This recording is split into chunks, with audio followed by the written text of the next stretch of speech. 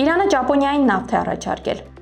Reuters-ի տվյալներով Թեհրանը բանակցություններ է սկսել ճապոնական ընկերություններին նավթ վաճառելու շուրջ, թեև պոտենցիալ գնորդները պահանջում են ամերիկյան պատժամիջոցներից ազատման ավելի երկար ժամկետներ եւ երաշխիքներ առ այն, որ նավագնացությունը Պարսից ծոցով կմնա անվտանգ։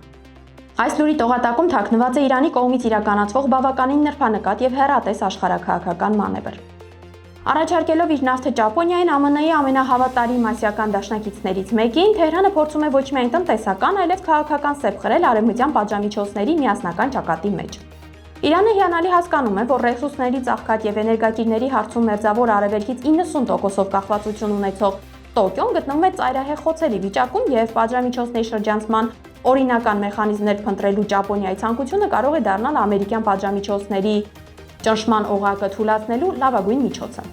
Տոկիոն հասկացում է, որ պատրաստ է գնել իրանական նավթը, եթե Թեհրանը երաշխավորի, որ իր իսկ կողմից հովանավորվող ուժերը չեն հարձակվի ռազմավարական նշանակություն ունեցող Հորմուզի նեղուցով անցնող տանկերների վրա։ Այսպիսով, այս բանակցությունները Իրանին տալիս են հզոր դիվանագիտական լծակ, նավթի մատակարարման անվտանգության երաշխիքները Թեհրանը կարող է վաճառել քաղաքական զիջումների դիմաց, Ճապոնիային դարձնելով յուրատեսակ միջնորդ կամ լոբիստ Վաշինգտոնի հետ իր հարաբերություններում։